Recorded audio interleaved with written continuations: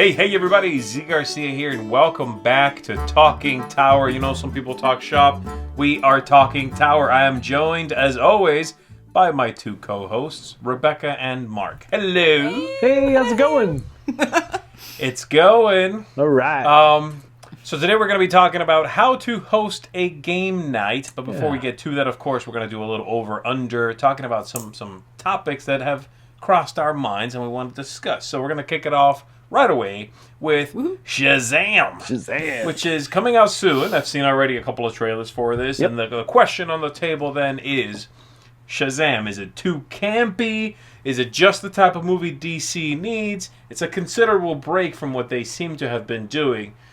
Is that a good move or a bad move? Mark, you love movies. What do you think? You know, this one's interesting because the trailer looks like a blast, right? It definitely looks super campy, but it almost feels like somewhat maybe of a throwback to the old TV series instead of the Shazam in the comics, because it was also campy. I don't know if it was intentionally campy back then, but it just was, right? So I think it looks fun, but I'm not sure it's the Shazam character from the comics, right? I mean, if that's what you're expecting, I think you're going to be disappointed, just based on what I've seen in the trailer, right? Because there's even animated versions of Shazam that are more serious with him and Superman doing things, and it's not like silly fun like this. So I'm not sure, really. I'm guarded optimism. I definitely want to see it, but I could see it falling flat pretty easy. Yeah, I could see that. I'm excited about it, honestly, because I've been kind of meh about their movies, and I think them taking a new turn, I think is a good move for them. And I'm with you. I thoroughly enjoyed what I've seen so far, the previews, and I think maybe, like you said, it could fall flat, true, but I enjoy a refreshing change, and it does look pretty humorous. And it reminded me of... I was talking with a friend, and we were talking about it's like Big, superhero style, you know? I loved the movie Big, and that's what it kind of brought back to me. I totally has that flavor. Perfect. I agree. Yeah. Right. So it's got good potential, at least in my book, but... I don't know. What'd you think? I'm kind of excited about it. I mean, I know that I didn't think DC needed a course correction, but their movies have been kind of bad. But that's not a tonal problem. That's an interference problem. Like, you know, you want like Suicide Squad to work, then don't get in there after the movie's already filmed and start cutting it because a trailer company made a trailer and that was more popular than what you had released before. So you give access to a company that makes movie trailers to mess with your movie. That's a problem. It's not a tonal issue. The movie's dark. I mean, fine. Yeah. Okay, roll with it. Yeah. I think they keep swinging, though, for the fences one way or the other. You know, it's either like super dark, gritty, no humor, or the absolute opposite of that. This movie kind of looks dumb. Yes. Yeah. You know, but there's like, haha, I want to go along for the goofy ride, and then there's dumb. I mean, the best comedic moments is what I'm hoping are in the trailer, and that's some of them aren't quite great. You know what I mean? Like the whole store thing, the whatever he goes in to buy liquor or whatever. It's like, hey, I'm a superhero, and he's flossing and stuff. That seems kind of dumb. It does. You know? Like not good dumb. Like just let's really like find the lowest common denominator here so we can sell this movie. Yeah, definitely. So I don't know. I'm cautiously optimistic, but not very optimistic, honestly. Gotcha. Yeah. All right. Exactly. Next up, Star Wars Galaxies Edge theme park, which is going to be opening soon-ish. Do you think it's going to be worth it? Are those massive, multiple-hour lines going to be worth it? Rebecca, what do you think? I think yes, because now I haven't been to Disneyland, but I've been to Disney World, and one thing that I think is cool about how they do the ticket system is it comes with the like one fast pass for a ride thing. Okay. And I really think that is really smart of them. So this will be included in that, of course, I'm sure. And time your fast pass to go for that, you know, if it's really bad, and you know, just the strategic timing for it. And because then you're not paying extra for the fast pass, you're just using what comes naturally with your ticket, and I think that's pretty cool. Well, to use to quote a line from The Incredibles, when everyone has superpowers, Yeah. no one does. That's true. So literally everyone that gets one free speed pass or whatever it's called is going to use it for the same thing. Star Wars, the new thing that everybody Possibly. wants to see. At that point, there's no fast pass. But then all the again, same. too, yeah, it's a scheduling thing at that point. You're not going to be able to probably wing it and get onto that ride, right? You're going to have to plan for it. And sometimes I know with some of those, you have to plan like a week ahead of time or something. Well, you know, and with any of the Disney rides, I don't know about you guys, but it seems like anything that's even remotely popular is going to have crazy lines. Yeah. I don't feel like, unfortunately, it's just like the nature of the beast, right? Right. Yeah. So... Yeah. I mean, what were the lines like for Avatar? Weren't they like 4 and 5 hours? I mean, Yeah, I they were expect this ridiculous. to be double that. I mean, Probably, yeah. I know Mark is geeking out about this, so I'm sure you're going to be there, Mark. well, you know, the lines, I think the lines really do kill it. I think the deal for me would be I would definitely wait till like a Wednesday in October when it's going to be less crazy. And obviously there'll still be lots of crazy for the next 3 to 5 years, but there has to be better times of year to go when people are mostly in school. You know, you take a break and go then. I don't think I could do opening day unless I happen to get in with some of my Star Wars friends and you know, get a special early peek at it, which might happen. I'm not saying it is. I'm saying it might happen. Okay. That'd be But cool. I mean, yeah. obviously, Yeah. I love the one meme. It shows the iconic ship, the Falcon, with like a father and a daughter walking up to it, and then the second part of the meme is a huge crowd of people instead walking up to the Falcon, where you can barely see the top of it. And I think that's Right. probably more likely, you know. Right. So, Yeah. and at that point, is it really fun? Probably not. Right. You know. I guess for me, I'll check it out if I ever happen to be there. I'm not really in any rush, Yeah. but I'm kind of like that with anything that's based on a movie because I don't know what it is. For me, there's just not the same attraction. Like seeing a movie does Yeah. not make me want to like be in it necessarily. I don't need to go there and like feel like I'm in the movie. Like, oh Right. my goodness, I feel like I am in episode 7. It's cool. I can enjoy it on the screen. I don't need to like inhabit that world. Yeah. So I don't know. There might be a theme that would do that for me. Star Wars is not it for me. Right. So that's 2 for 2 for me, man. I'm on a roll today. Nothing's getting a thumbs up today. I think the big hook for that one for me is just the fact that you can walk around the Falcon and actually go inside it and almost Yeah, like that's a pretty tour, cool. right? I mean, I don't even care about everything else around it. That's the thing I want to see, right? Okay. Well. You're a massive nerd. I am indeed. All right, next up. There are a ton of streaming content providers out there like, you know, Netflix, Hulu, and this and that and the other thing. Yep. And they keep coming out with more. At what point have we replaced cable with fragmented cable? What do you think?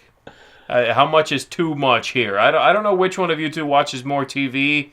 I'm gonna guess Mark maybe. So I'm gonna start with you, Mark. What do you Yeah. think? So with the family in general, I mean, everybody's accessing one of those different streaming services at some point throughout the day or the week or whatever.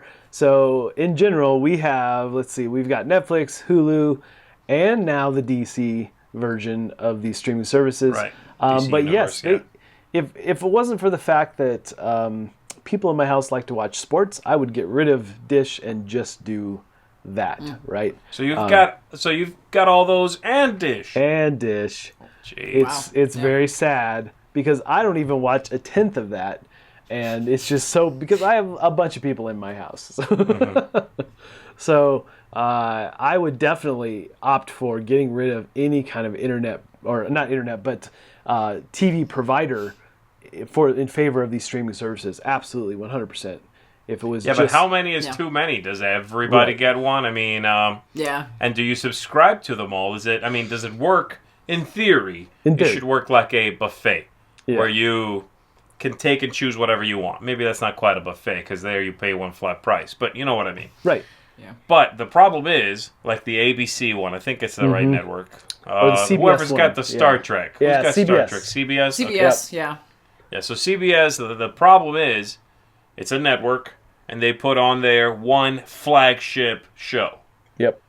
And you pay $10 a month for it, or whatever it is. Yeah. For Yeah. one show. Everything else, even they know is filler. Yep. You know?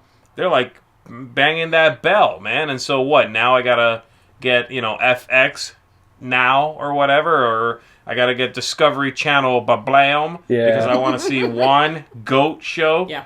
It's definitely You know what overload. I mean? I mean, I like goats, but I don't know if I like, goats for The goat $10.99 channel. a month.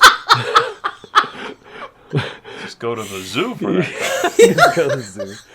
They got goats. Because you're a goat herder. So I think it's a little, the fragmentation Yeah. was good, sort of that, like, at your fingertips availability. But when everybody, again, go back to when everyone has superpowers, no one does. When everybody has their own streaming thing and you pay for it individually, Right. we've replaced cable with a system that's so similar. Right. The only difference is there's no queue, right? Like, I don't have to wait till 8 p.m. to watch this movie. I can just see it right now. Right now.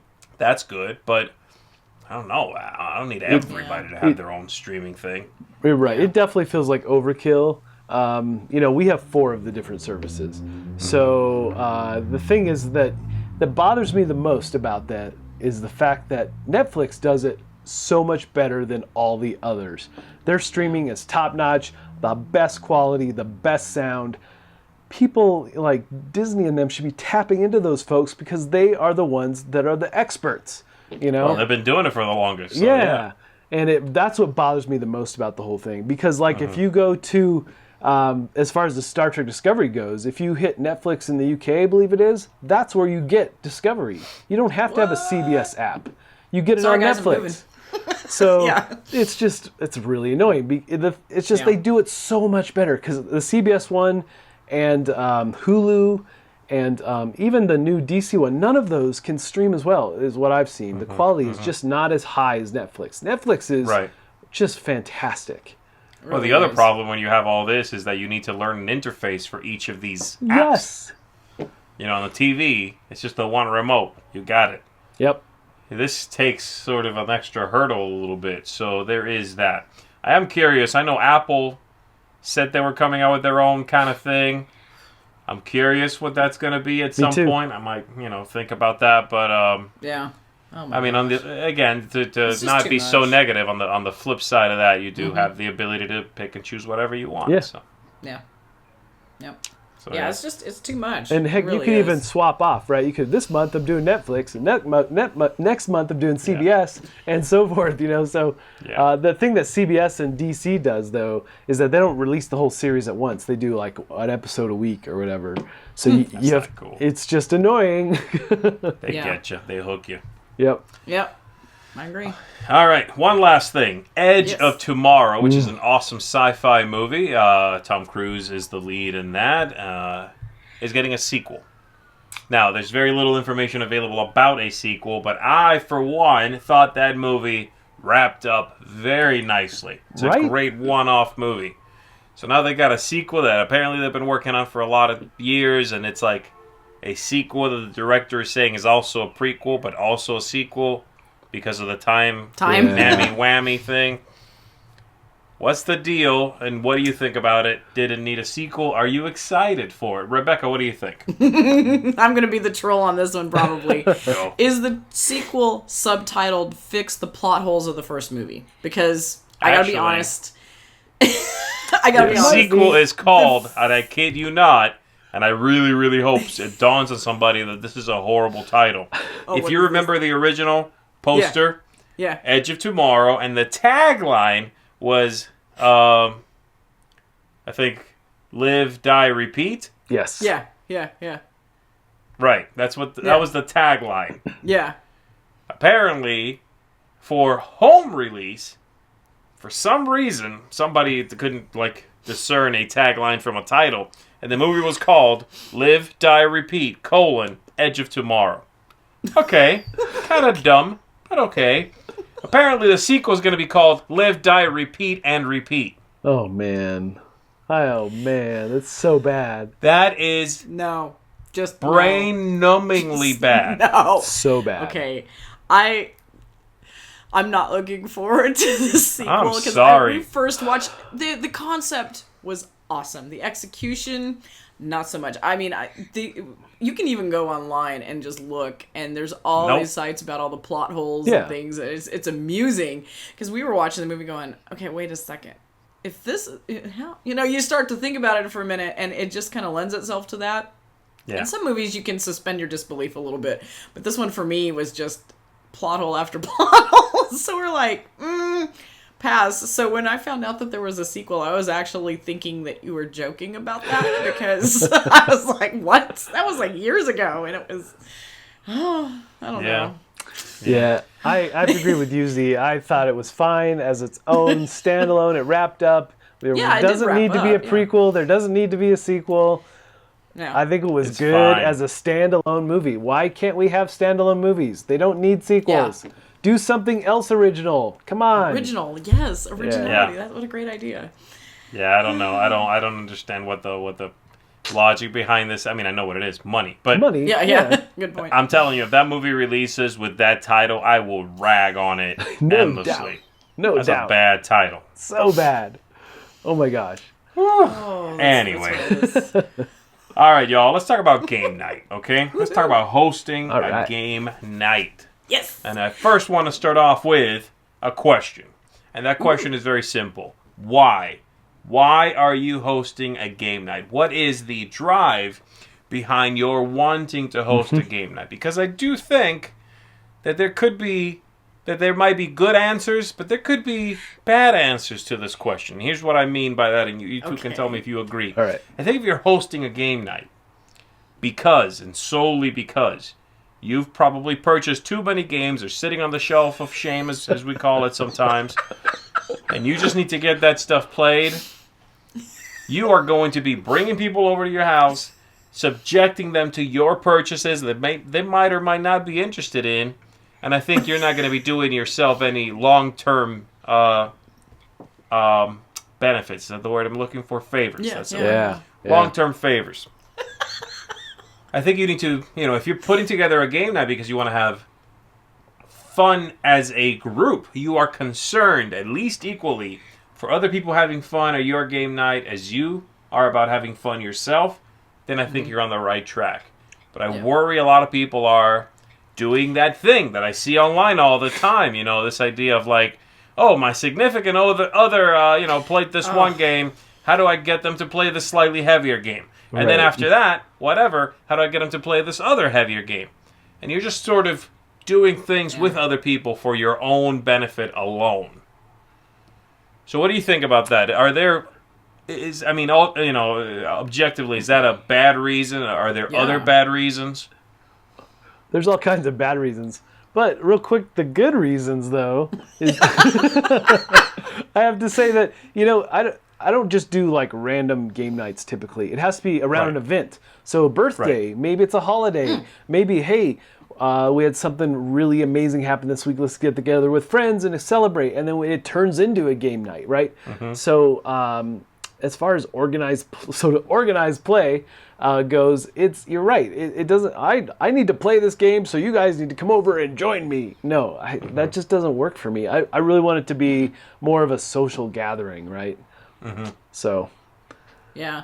Now for us, we have game days more than game nights because for us on the weekend, I teach, so I have kind of crazy hours sometimes, and Hunter has crazy work hours. So for us, and we have a lot of teacher friends and stuff and people in education and different things. So the weekend usually works best for us. So we usually pick, we don't get to socialize.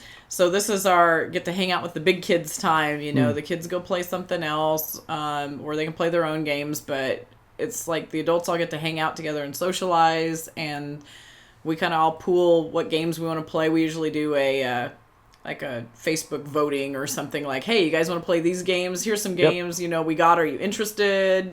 Stuff like that. It's real low key, but it's our chance to escape and be social for a little while. So love it.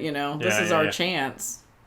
Well, speaking of that, I'm curious. What do you think is a good sort of time window in which to plan? Do you think it's something you need to be planning weeks in advance? Is it a spur of the moment thing? Where do you fall with that? I personally, I'll tell you what I think.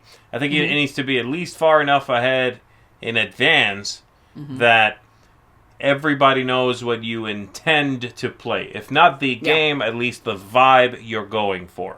Yeah. Yep. Because I personally don't like this idea of like, oh, I'm going to go over to so-and-so's house to play games. I show up, we're playing a different style of game than what I expected. Yeah. Like, I went over for party game. It's party game night. Gonna hang out, play some games. I show up, somebody's throwing down Agricola or something similar. Like, no. I just wasn't in the right headspace for that. Or vice versa, right? Yeah. So what do you think? What's a good time window there? We generally plan, like for instance, if we have some different groups that we get together with based on the game itself. So, like, if we're gonna do a Mansions of Madness night, there's certain people who love that game, and so we'll plan at least a week in advance and say, okay, next Saturday we're gonna do this. Everybody, let's vote on what scenario we're gonna do, and to go from there. So we definitely give heads up about what we're playing, but it also, based on what we're playing, depends on what people get invited, because not everybody likes the party game versus Mansions of Madness and so forth. Yeah. Now, there's been huge game days where we have a bigger group of people and party games are upstairs and Mansions of Madness is in the basement or whatever. Okay. So there's that as well, right? Yeah. Yeah.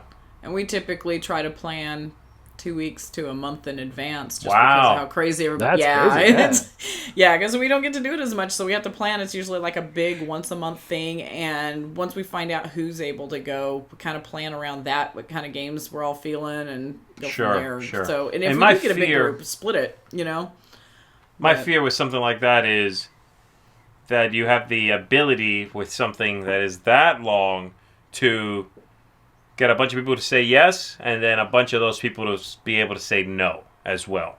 You know, because it's such a long time that you build to, okay, I got 8 people coming, I'm going to be able to play this and this and this, and you let people know this is what we're doing, that, you plan, you collate your data, all of these things, and then 3 days before, so-and-so isn't coming anymore, and then a day before, this one couple isn't coming anymore, and that wrecks, a month's worth of planning, maybe too, right? But that's why you keep it low key, because we have our plan B. So we always plan something else that if, something like that does happen, because it does inevitably happen, kids get sick or whatever, jobs, all that stuff, life.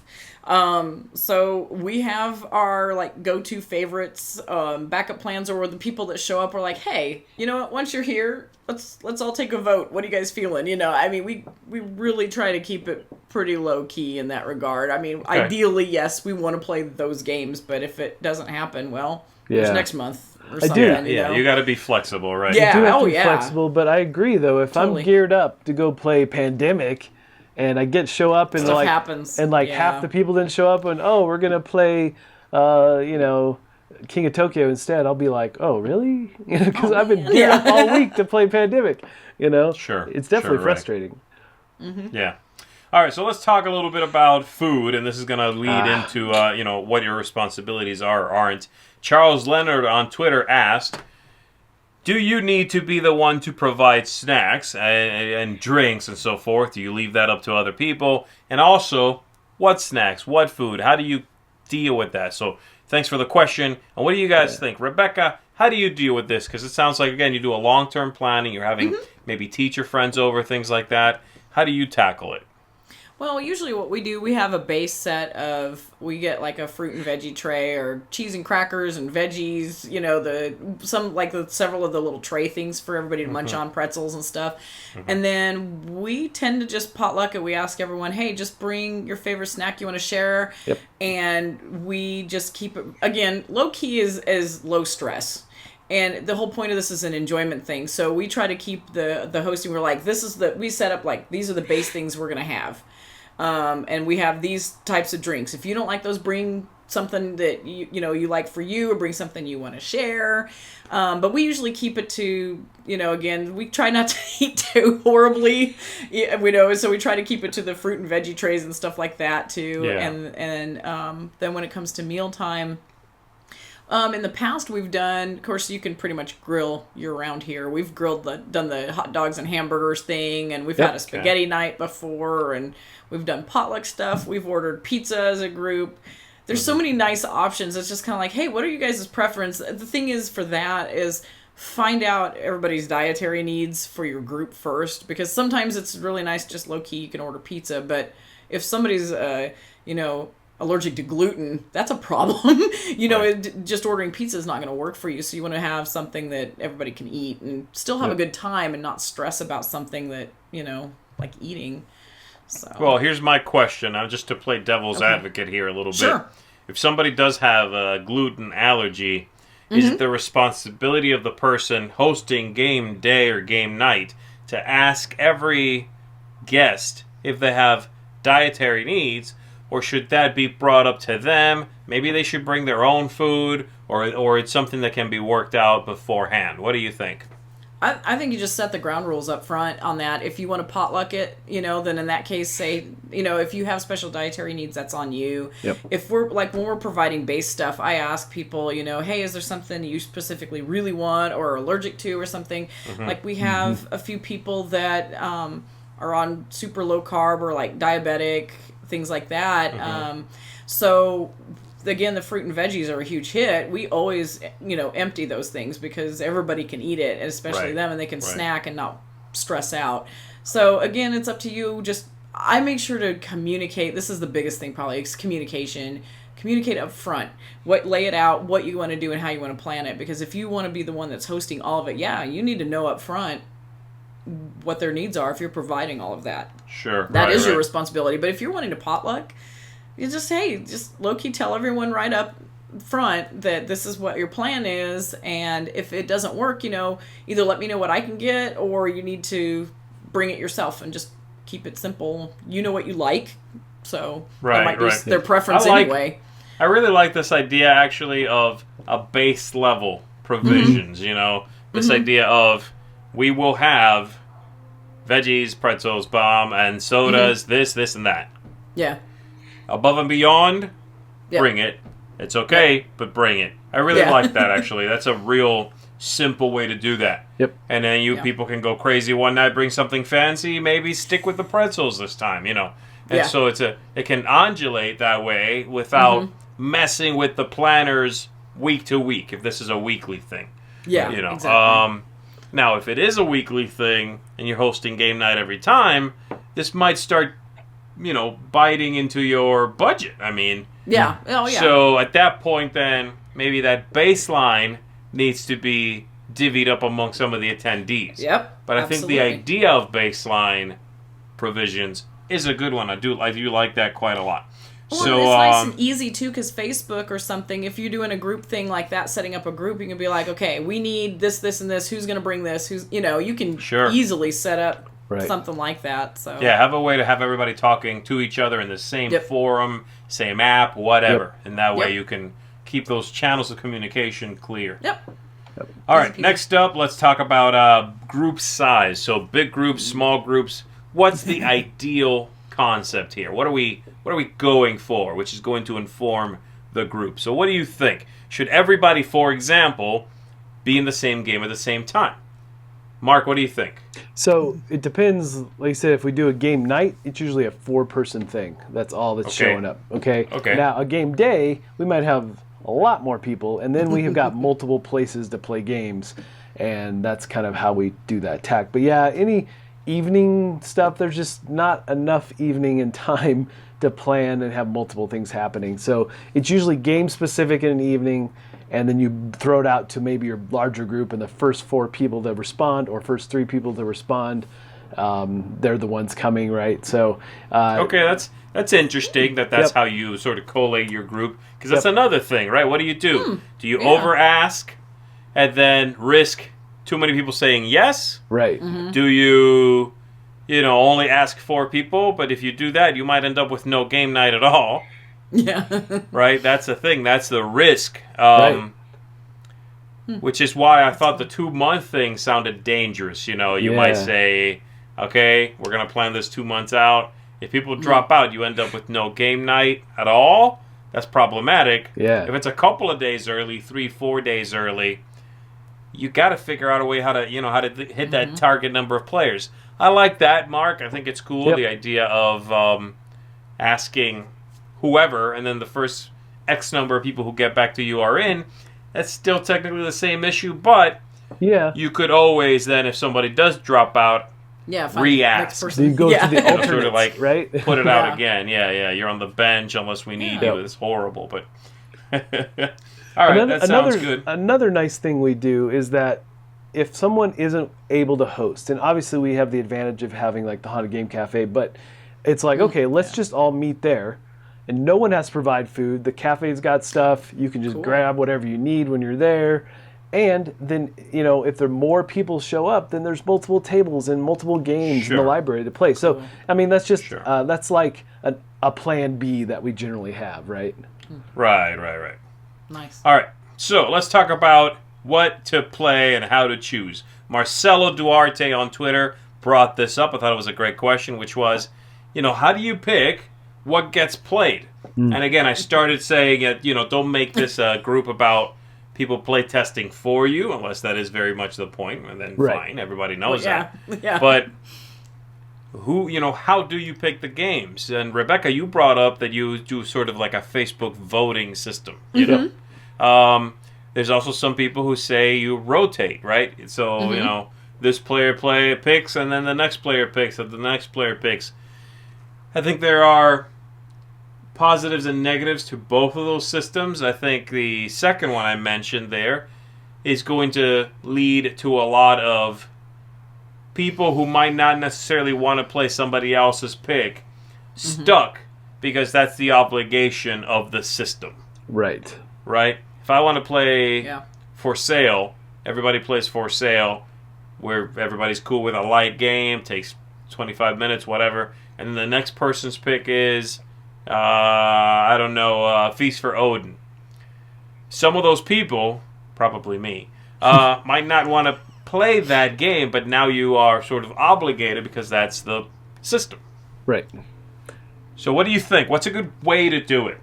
So we do a similar thing, but the vote comes through like 3 days before we get together. So folks have opportunity to say, oh, I'm not really up for that, and we have a couple days there to try to pull other people in or do whatever. But we also do the rotating thing, but whoever throws up the vote is the one throwing up, we rotate that. So, and that's kind of like the base game. And then there'll be like a stack of games for for overflow area. If there's more people, then people just pick when they arrive, right? So, but there is always a single game that's picked that is like ahead of time. Ahead of time. That's the base game, so to say. Gotcha. Right? Yeah. Okay, sort of. That's like the meal, and then if you have things that accompany that little accoutrement. Yep. Then those are just decided on a as we go sort of basis, right? Right. Absolutely. Okay. Yep. So Rebecca, is there something else that you do besides your Facebook voting? Yeah, we're again try to keep it pretty low key. If people notice that like they got a new game and they're excited about it, we'll bring it and just kind of take a vote on the spot with whoever showed up, too. And the other thing is this is kind of where being a host comes into play, though. Right. I've noticed too. Sometimes there's a smaller group that wants to play a heavier game. In that case, that's where if Hunter really wants to play that game, for example, and I'm kind of, I may say, hey, you look like you're not interested in that game. I'm going to suggest something lighter to play and like branch off for a little while so that they can still have fun and play that game, and then we can all play something else that's more this person's style. Or vice versa. If I really wanted to play that game, then Hunter will break off and play with whatever group didn't want to do that. And so it's just part of just making sure, again, everybody's having a good time. It's not about getting a specific game played, more about the people, and for us it's that excuse to actually see everyone, so you're supposed to be having fun, right? And if you're not, then something's probably wrong with your game days. I would say so. Well, that's the thing. The thing is, if you do that, it solves a bunch of different issues, which is worrying about group size. If you're playing two games, there's a lot more flexibility when it comes to how many people show up, right? Oh yeah. What to play. If you have multiple levels, multiple game lengths, multiple styles, even just two tables, right? That's so much more than being locked into a game you might not be interested in playing very much, but hey, I've made it out to game night, fine, I'll sit here and play, I'll try to be a good sport, all that stuff, right? Right. Yeah. You now have a new choice, that hopefully will be, different. It's another thing to keep in mind if you're hosting game night and the idea is to have multiple tables. Make sure that things are different on those tables. Yeah. Unless you know, again, by consensus that, yes, you want to do very much that specific game. But give that breadth, of choice to your players. The only detriment to this I see is it makes you a slightly worse host because you're not at both tables at the same time. My fix for that then would be make sure that a lot of your tasks as a host become autonomous. As in, if people intend to get drinks, prepare, have a cooler or have a small fridge that they can go into without feeling like they shouldn't be going through your things. Right. Absolutely. Yeah. If there are snacks to be had, put them in a communal area on a table, whatever, so that everyone can become autonomous as to what would be entailed of you as a host. That's going to ease that problem a lot. You don't have to do a lot of hand holding at that point. You can just be at one of those two games. Yes, if something comes up, you're available. You can help out, but it eases a lot of the issues. So, I think it ultimately does come down to this discussion about one table or multiple, I think I'm kind of leaning towards the multiple table idea because it just sort of accommodates more people, accommodates a waxing and waning group size, and just sort of tastes in general, Yeah, right. So that's a cool idea. I think that's interesting. There's a lot of other stuff you can attempt to do. We're just going to cover a few more things here quickly. That might just be a spark of inspiration for you. Things like, themed game nights. Yes. Do you want to do like a night in which you just play? It's Halloween. You're doing a Halloween night get together. It's a spin. It's a sort of a gimmick. You go for the gimmick, play a bunch of scary games, spooky games. Sure, if it's going to be fun, if it isn't going to feel forced and everybody's cool with it, yes, absolutely. You want to do any other holiday kind of games, that's great. Or even just a thematic connection. These games are all Cthulhu games. These games are all, whatever.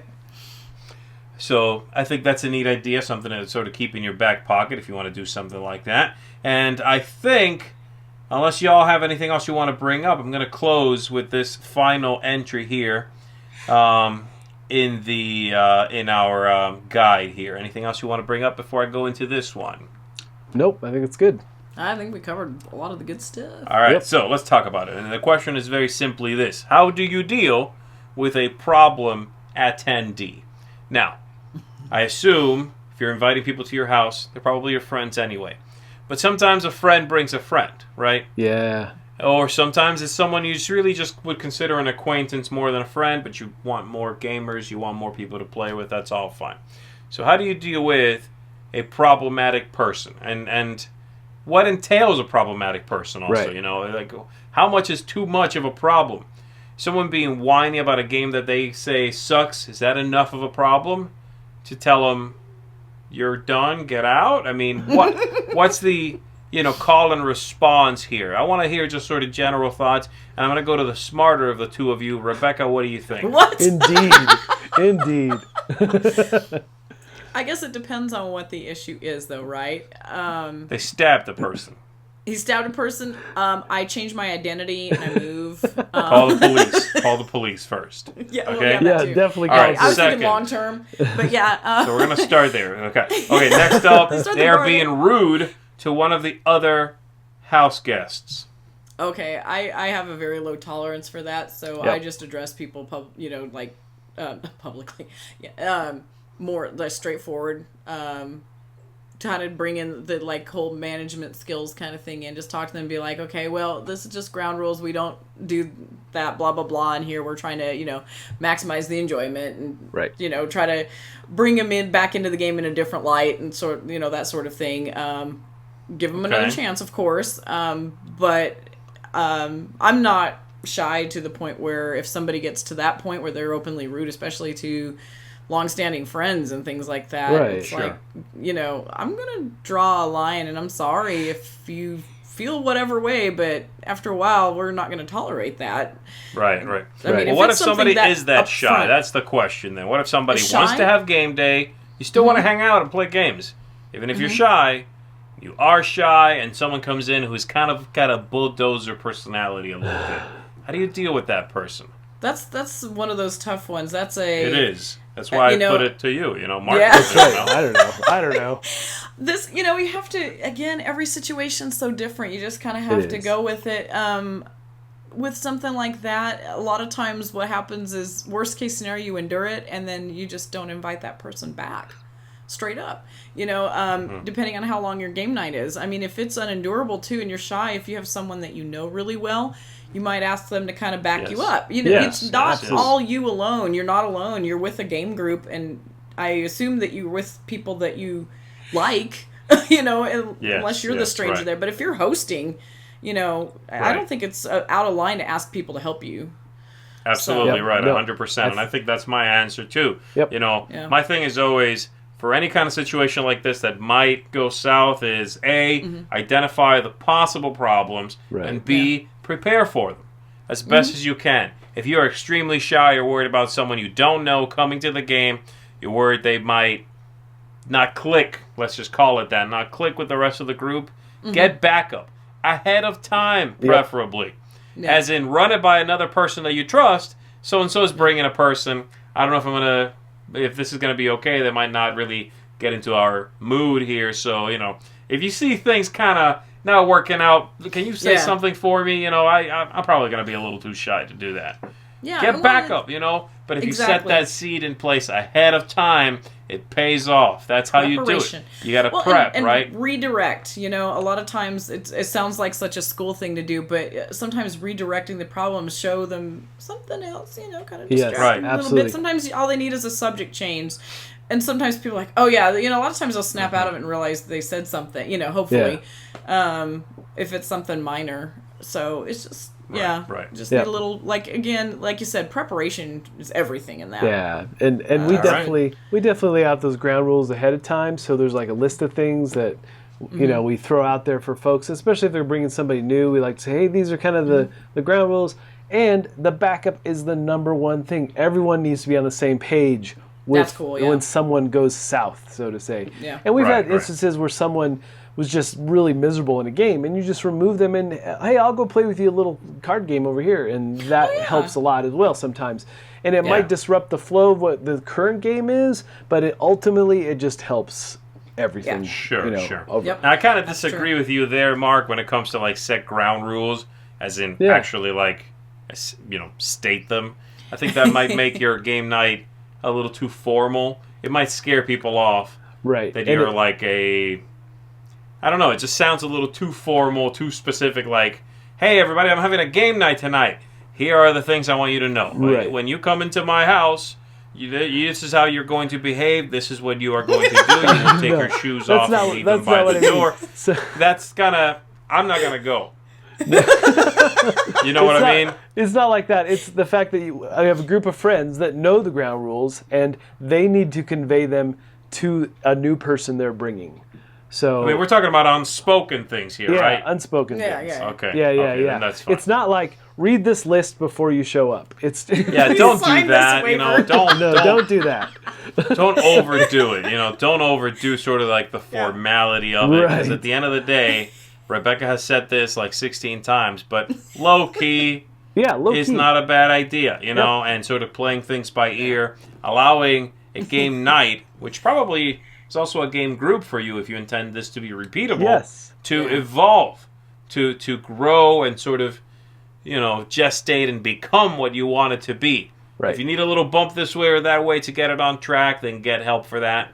But allow it to blossom. That's the idea.